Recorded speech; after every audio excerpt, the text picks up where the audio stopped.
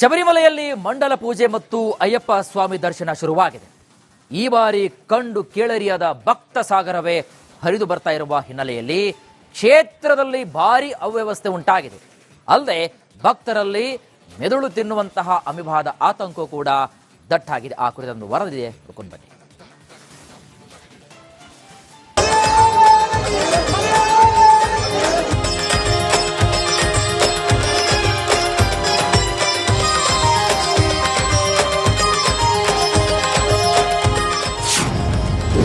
ಶಬರಿಮಲೆಯಲ್ಲಿ ಅಯ್ಯಪ್ಪನ ಭಕ್ತ ಸಾಗರ.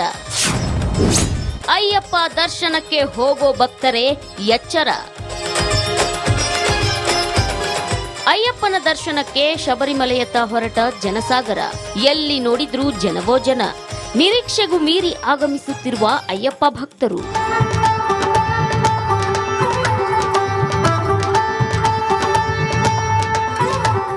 ನೋಡಿದ್ರಲ್ಲ, ಶಬರಿಮಲೆಯಲ್ಲಿ ಹಿಂದೆಂದೂ ಇಲ್ಲದ ಜನಸ್ತೋಮ ಕಂಡು ಬರ್ತಿದ್ದು, ನೀರು ಊಟವಿಲ್ಲದೆ ಮಾಲಾಧಾರಿಗಳು ಪರದಾಡುವಂತಾಗಿದೆ. ಅಲ್ಲದೆ ಯಾತ್ರೆ ಆರಂಭವಾದ 48 ಗಂಟೆಗಳಲ್ಲಿ 2 ಲಕ್ಷಕ್ಕೂ ಹೆಚ್ಚಿನ ಭಕ್ತರು ಭೇಟಿ ನೀಡಿದ್ದು, ದರ್ಶನಕ್ಕೆ ಭಕ್ತರು 6 ತಾಸು ಸರತಿ ನಿಲ್ಲಬೇಕಾದ ಪರಿಸ್ಥಿತಿ ಎದುರಾಗಿದೆ.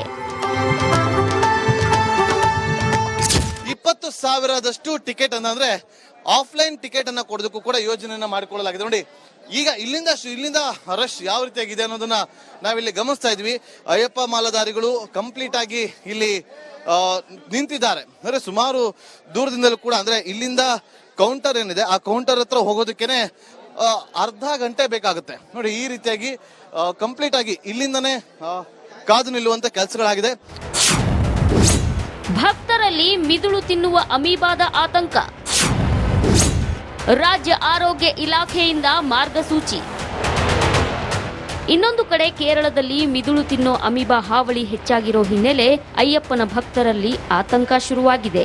ಅಯ್ಯಪ್ಪ ಮಾಲಾಧಾರಿಗಳು ಇಲ್ಲಿ ಸ್ನಾನವನ್ನ ಮಾಡಿ ಇಲ್ಲಿಂದ ನಂತರ ದರ್ಶನಕ್ಕೆ ಹೋಗುವಂತ ಕೆಲಸವನ್ನ ಕೂಡ ಮಾಡ್ತಿದ್ದಾರೆ. ಪ್ರಮುಖವಾಗಿ ಕೇರಳ ಸರ್ಕಾರದ ಆರೋಗ್ಯ ಇಲಾಖೆ ಹೊರಡಿಸಿರುವಂತಹ ಮಾರ್ಗಸೂಚಿ ಪ್ರಕಾರ ಮೂಗಿನ ಒಳಗಡೆ ನೀರು ಹೋಗಬಾರ್ದು, ಕಿವಿಯ ಒಳಗಡೆ ನೀರು ಹೋಗಬಾರ್ದು. ಆ ಮೂಲಕ ಅಮೀಬಾ ಹೋಗಿ ಮೆದುಳಿಗೆ ಹೋಗಿ ಮೆದುಳನ್ನು ತಿನ್ನುತ್ತಾ ಅದು ಆರೋಗ್ಯಕ್ಕೆ ಹಾನಿಕಾರವನ್ನ ಮಾಡುತ್ತೆ, ಅದು ಸಾಯುವ ಹಂತಕ್ಕೂ ಕೂಡ ತಲುಪುತ್ತೆ ಅಂತ ಹೇಳಿ ಹಾಗಾಗಿ ಮುನ್ನೆಚ್ಚರಿಕೆಯನ್ನ ವಹಿಸಬೇಕು ಅಂತ ಕೂಡ ಹೇಳಲಾಗಿತ್ತು. ಆದ್ರೆ ಇಲ್ಲಿ ಬಂದು ಗಮನಿಸಿದಾಗ ಹರಿಯುವ ಪಂಪಾ ನದಿಯಲ್ಲಿ ಎಲ್ಲರೂ ಕೂಡ ಸ್ನಾನ ಮಾಡ್ತಿರೋದನ್ನ ನಾವಿಲ್ಲಿ ಪ್ರತ್ಯಕ್ಷವಾಗಿ ನಾವು ನೋಡ್ತಾ ಇದೀವಿ.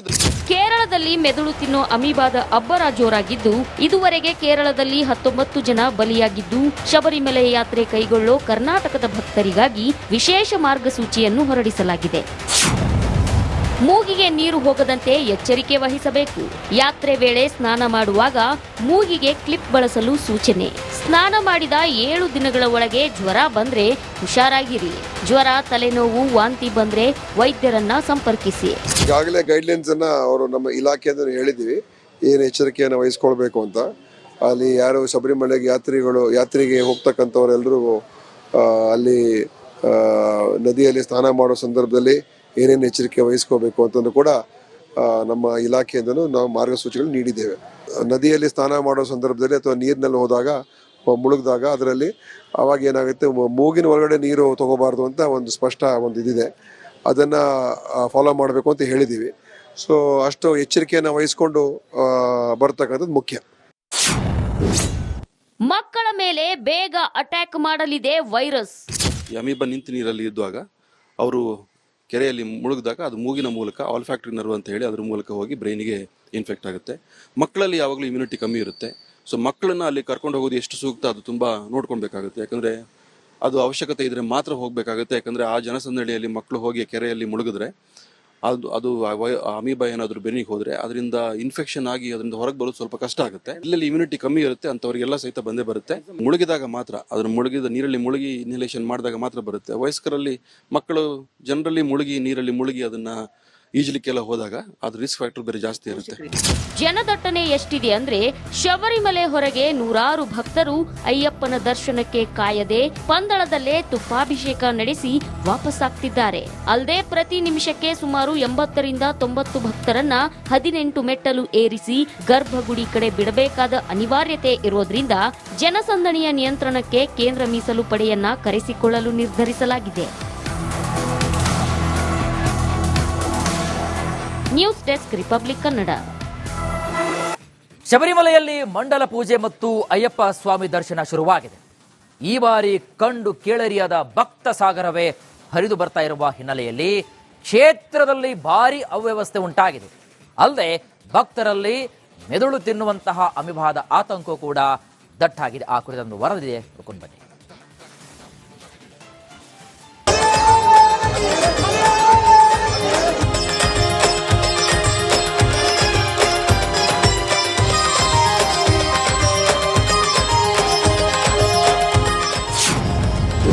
ಶಬರಿಮಲೆಯಲ್ಲಿ ಅಯ್ಯಪ್ಪನ ಭಕ್ತ ಸಾಗರ. ಅಯ್ಯಪ್ಪ ದರ್ಶನಕ್ಕೆ ಹೋಗೋ ಭಕ್ತರೇ ಎಚ್ಚರ. ಅಯ್ಯಪ್ಪನ ದರ್ಶನಕ್ಕೆ ಶಬರಿಮಲೆಯತ್ತ ಹೊರಟ ಜನಸಾಗರ. ಎಲ್ಲಿ ನೋಡಿದ್ರೂ ಜನವೋ ಜನ. ನಿರೀಕ್ಷೆಗೂ ಮೀರಿ ಆಗಮಿಸುತ್ತಿರುವ ಅಯ್ಯಪ್ಪ ಭಕ್ತರು.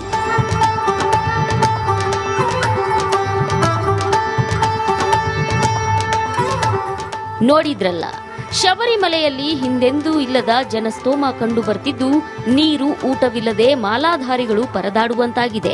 ಅಲ್ಲದೆ ಯಾತ್ರೆ ಆರಂಭವಾದ 48 ಗಂಟೆಗಳಲ್ಲಿ 2 ಲಕ್ಷಕ್ಕೂ ಹೆಚ್ಚಿನ ಭಕ್ತರು ಭೇಟಿ ನೀಡಿದ್ದು, ದರ್ಶನಕ್ಕೆ ಭಕ್ತರು 6 ತಾಸು ಸರತಿ ನಿಲ್ಲಬೇಕಾದ ಪರಿಸ್ಥಿತಿ ಎದುರಾಗಿದೆ. 20,000 ಟಿಕೆಟ್ ಅಂದ್ರೆ ಆಫ್ಲೈನ್ ಟಿಕೆಟ್ ಅನ್ನ ಕೊಡೋದಕ್ಕೂ ಕೂಡ ಯೋಜನೆಯನ್ನ ಮಾಡಿಕೊಳ್ಳಲಾಗಿದೆ. ನೋಡಿ, ಈಗ ಇಲ್ಲಿಂದ ರಶ್ ಯಾವ ರೀತಿಯಾಗಿದೆ ಅನ್ನೋದನ್ನ ನಾವಿಲ್ಲಿ ಗಮನಿಸ್ತಾ ಇದ್ವಿ. ಅಯ್ಯಪ್ಪ ಮಾಲಾಧಾರಿಗಳು ಕಂಪ್ಲೀಟ್ ಆಗಿ ಇಲ್ಲಿ ನಿಂತಿದ್ದಾರೆ. ಅಂದ್ರೆ ಸುಮಾರು ದೂರದಿಂದಲೂ ಕೂಡ, ಅಂದ್ರೆ ಇಲ್ಲಿಂದ ಕೌಂಟರ್ ಏನಿದೆ ಆ ಕೌಂಟರ್ ಹತ್ರ ಹೋಗೋದಕ್ಕೇನೆ ಅರ್ಧ ಗಂಟೆ ಬೇಕಾಗುತ್ತೆ. ನೋಡಿ, ಈ ರೀತಿಯಾಗಿ ಕಂಪ್ಲೀಟ್ ಆಗಿ ಇಲ್ಲಿಂದನೇ ಕಾದು ನಿಲ್ಲುವಂತ ಕೆಲಸಗಳಾಗಿದೆ. ಭಕ್ತರಲ್ಲಿ ಮಿದುಳು ತಿನ್ನುವ ಅಮೀಬಾದ ಆತಂಕ. ರಾಜ್ಯ ಆರೋಗ್ಯ ಇಲಾಖೆಯಿಂದ ಮಾರ್ಗಸೂಚಿ. ಇನ್ನೊಂದು ಕಡೆ ಕೇರಳದಲ್ಲಿ ಮಿದುಳು ತಿನ್ನೋ ಅಮೀಬಾ ಹಾವಳಿ ಹೆಚ್ಚಾಗಿರೋ ಹಿನ್ನೆಲೆ ಅಯ್ಯಪ್ಪನ ಭಕ್ತರಲ್ಲಿ ಆತಂಕ ಶುರುವಾಗಿದೆ. ಅಯ್ಯಪ್ಪ ಮಾಲಾಧಾರಿಗಳು ಇಲ್ಲಿ ಸ್ನಾನವನ್ನ ಮಾಡಿ ಇಲ್ಲಿಂದ ನಂತರ ದರ್ಶನಕ್ಕೆ ಹೋಗುವಂತ ಕೆಲಸವನ್ನ ಕೂಡ ಮಾಡ್ತಿದ್ದಾರೆ. ಪ್ರಮುಖವಾಗಿ ಕೇರಳ ಸರ್ಕಾರದ ಆರೋಗ್ಯ ಇಲಾಖೆ ಹೊರಡಿಸಿರುವಂತಹ ಮಾರ್ಗಸೂಚಿ ಪ್ರಕಾರ ಮೂಗಿನ ಒಳಗಡೆ ನೀರು ಹೋಗಬಾರ್ದು, ಕಿವಿಯ ಒಳಗಡೆ ನೀರು ಹೋಗಬಾರ್ದು. ಆ ಮೂಲಕ ಅಮೀಬಾ ಹೋಗಿ ಮೆದುಳಿಗೆ ಹೋಗಿ ಮೆದುಳನ್ನು ತಿನ್ನುತ್ತಾ ಅದು ಆರೋಗ್ಯಕ್ಕೆ ಹಾನಿಕಾರವನ್ನ ಮಾಡುತ್ತೆ, ಅದು ಸಾಯುವ ಹಂತಕ್ಕೂ ಕೂಡ ತಲುಪುತ್ತೆ ಅಂತ ಹೇಳಿ ಹಾಗಾಗಿ ಮುನ್ನೆಚ್ಚರಿಕೆಯನ್ನ ವಹಿಸಬೇಕು ಅಂತ ಕೂಡ ಹೇಳಲಾಗಿತ್ತು. ಆದ್ರೆ ಇಲ್ಲಿ ಬಂದು ಗಮನಿಸಿದಾಗ ಹರಿಯುವ ಪಂಪಾ ನದಿಯಲ್ಲಿ ಎಲ್ಲರೂ ಕೂಡ ಸ್ನಾನ ಮಾಡ್ತಿರೋದನ್ನ ನಾವಿಲ್ಲಿ ಪ್ರತ್ಯಕ್ಷವಾಗಿ ನಾವು ನೋಡ್ತಾ ಇದೀವಿ. ಕೇರಳದಲ್ಲಿ ಮೆದುಳು ತಿನ್ನೋ ಅಮೀಬಾದ ಅಬ್ಬರ ಜೋರಾಗಿದ್ದು, ಇದುವರೆಗೆ ಕೇರಳದಲ್ಲಿ 19 ಜನ ಬಲಿಯಾಗಿದ್ದು, ಶಬರಿಮಲೆ ಯಾತ್ರೆ ಕೈಗೊಳ್ಳೋ ಕರ್ನಾಟಕದ ಭಕ್ತರಿಗಾಗಿ ವಿಶೇಷ ಮಾರ್ಗಸೂಚಿಯನ್ನು ಹೊರಡಿಸಲಾಗಿದೆ. ಮೂಗಿಗೆ ನೀರು ಹೋಗದಂತೆ ಎಚ್ಚರಿಕೆ ವಹಿಸಬೇಕು. ಯಾತ್ರೆ ವೇಳೆ ಸ್ನಾನ ಮಾಡುವಾಗ ಮೂಗಿಗೆ ಕ್ಲಿಪ್ ಬಳಸಲು ಸೂಚನೆ. ಸ್ನಾನ ಮಾಡಿದ 7 ದಿನಗಳ ಒಳಗೆ ಜ್ವರ ಬಂದ್ರೆ ಹುಷಾರಾಗಿರಿ. ಜ್ವರ, ತಲೆನೋವು, ವಾಂತಿ ಬಂದ್ರೆ ವೈದ್ಯರನ್ನ ಸಂಪರ್ಕಿಸಿ. ಈಗಾಗಲೇ ಗೈಡ್ಲೈನ್ಸ್ ಅನ್ನ ಅವರು ನಮ್ಮ ಇಲಾಖೆಯಿಂದ ಹೇಳಿದೀವಿ, ಏನು ಎಚ್ಚರಿಕೆಯನ್ನು ವಹಿಸ್ಕೊಳ್ಬೇಕು ಅಂತ. ಅಲ್ಲಿ ಯಾರು ಶಬರಿಮಲೆಗೆ ಯಾತ್ರೆಗೆ ಹೋಗ್ತಕ್ಕಂಥವರೆಲ್ಲರೂ ಅಲ್ಲಿ ನದಿಯಲ್ಲಿ ಸ್ನಾನ ಮಾಡೋ ಸಂದರ್ಭದಲ್ಲಿ ಏನೇನು ಎಚ್ಚರಿಕೆ ವಹಿಸ್ಕೋಬೇಕು ಅಂತಂದು ಕೂಡ ನಮ್ಮ ಇಲಾಖೆಯಿಂದನೂ ನಾವು ಮಾರ್ಗಸೂಚಿಗಳು ನೀಡಿದ್ದೇವೆ. ನದಿಯಲ್ಲಿ ಸ್ನಾನ ಮಾಡೋ ಸಂದರ್ಭದಲ್ಲಿ ಅಥವಾ ನೀರಿನಲ್ಲಿ ಹೋದಾಗ ಮುಳುಗಿದಾಗ ಅದರಲ್ಲಿ ಅವಾಗ ಏನಾಗುತ್ತೆ, ಮೂಗಿನ ಒಳಗಡೆ ನೀರು ತಗೋಬಾರ್ದು ಅಂತ ಒಂದು ಸ್ಪಷ್ಟ ಒಂದು ಇದಿದೆ. ಅದನ್ನು ಫಾಲೋ ಮಾಡಬೇಕು ಅಂತ ಹೇಳಿದ್ದೀವಿ. ಸೊ ಅಷ್ಟು ಎಚ್ಚರಿಕೆಯನ್ನು ವಹಿಸ್ಕೊಂಡು ಬರ್ತಕ್ಕಂಥದ್ದು ಮುಖ್ಯ. ಮಕ್ಕಳ ಮೇಲೆ ಬೇಗ ಅಟ್ಯಾಕ್ ಮಾಡಲಿದೆ ವೈರಸ್. ಅಮೀಬಾ ನಿಂತು ನೀರಲ್ಲಿ ಇದ್ದಾಗ ಅವರು ಕೆರೆಯಲ್ಲಿ ಮುಳುಗಿದಾಗ ಅದು ಮೂಗಿನ ಮೂಲಕ ಆಲ್ಫ್ಯಾಕ್ಟರಿ ನರ್ವ್ ಅಂತ ಹೇಳಿ ಅದ್ರ ಮೂಲಕ ಹೋಗಿ ಬ್ರೈನಿಗೆ ಇನ್ಫೆಕ್ಟ್ ಆಗುತ್ತೆ. ಮಕ್ಕಳಲ್ಲಿ ಯಾವಾಗಲೂ ಇಮ್ಯುನಿಟಿ ಕಮ್ಮಿ ಇರುತ್ತೆ. ಸೊ ಮಕ್ಕಳನ್ನ ಅಲ್ಲಿ ಕರ್ಕೊಂಡು ಹೋಗೋದು ಎಷ್ಟು ಸೂಕ್ತ ಅದು ತುಂಬಾ ನೋಡ್ಕೊಳ್ಬೇಕಾಗುತ್ತೆ. ಯಾಕಂದ್ರೆ ಅದು ಅವಶ್ಯಕತೆ ಇದ್ರೆ ಮಾತ್ರ ಹೋಗ್ಬೇಕಾಗುತ್ತೆ. ಯಾಕಂದ್ರೆ ಆ ಜನಸಂದಣಿಯಲ್ಲಿ ಮಕ್ಕಳು ಹೋಗಿ ಕೆರೆಯಲ್ಲಿ ಮುಳುಗಿದ್ರೆ ಅದು ಅಮೀಬಾ ಏನಾದ್ರು ಬೆನ್ನಿಗೆ ಹೋದ್ರೆ ಅದರಿಂದ ಇನ್ಫೆಕ್ಷನ್ ಆಗಿ ಅದರಿಂದ ಹೊರಗೆ ಬರೋದು ಸ್ವಲ್ಪ ಕಷ್ಟ ಆಗುತ್ತೆ. ಇಲ್ಲಿ ಇಮ್ಯುನಿಟಿ ಕಮ್ಮಿ ಇರುತ್ತೆ ಅಂತವರಿಗೆಲ್ಲ ಸಹಿತ ಬಂದೇ ಬರುತ್ತೆ. ಮುಳುಗಿದಾಗ ಮಾತ್ರ, ಅದ್ರ ಮುಳುಗಿದ ನೀರಲ್ಲಿ ಮುಳುಗಿ ಇನ್ಹಲೇಷನ್ ಮಾಡಿದಾಗ ಮಾತ್ರ ಬರುತ್ತೆ. ವಯಸ್ಕರಲ್ಲಿ, ಮಕ್ಕಳು ಜನರಲ್ಲಿ ನೀರಲ್ಲಿ ಮುಳುಗಿ ಅದನ್ನ ಈಜಲಿಕ್ಕೆಲ್ಲ ಹೋದಾಗ ಅದು ರಿಸ್ಕ್ ಫ್ಯಾಕ್ಟರ್ ಬೇರೆ ಜಾಸ್ತಿ ಇರುತ್ತೆ. ಜನದಟ್ಟಣೆ ಎಷ್ಟಿದೆ ಅಂದ್ರೆ ಶಬರಿಮಲೆ ಹೊರಗೆ ನೂರಾರು ಭಕ್ತರು ಅಯ್ಯಪ್ಪನ ದರ್ಶನಕ್ಕೆ ಕಾಯದೆ ಪಂದಳದಲ್ಲೇ ತುಪ್ಪಾಭಿಷೇಕ ನಡೆಸಿ ವಾಪಸ್ಸಾಗ್ತಿದ್ದಾರೆ. ಅಲ್ಲದೆ ಪ್ರತಿ ನಿಮಿಷಕ್ಕೆ ಸುಮಾರು 80ರಿಂದ 90 ಭಕ್ತರನ್ನ 18 ಮೆಟ್ಟಲು ಏರಿಸಿ ಗರ್ಭಗುಡಿ ಕಡೆ ಬಿಡಬೇಕಾದ ಅನಿವಾರ್ಯತೆ ಇರೋದ್ರಿಂದ ಜನಸಂದಣಿಯ ನಿಯಂತ್ರಣಕ್ಕೆ ಕೇಂದ್ರ ಮೀಸಲು ಪಡೆಯನ್ನ ಕರೆಸಿಕೊಳ್ಳಲು ನಿರ್ಧರಿಸಲಾಗಿದೆ. News desk Republic Kannada.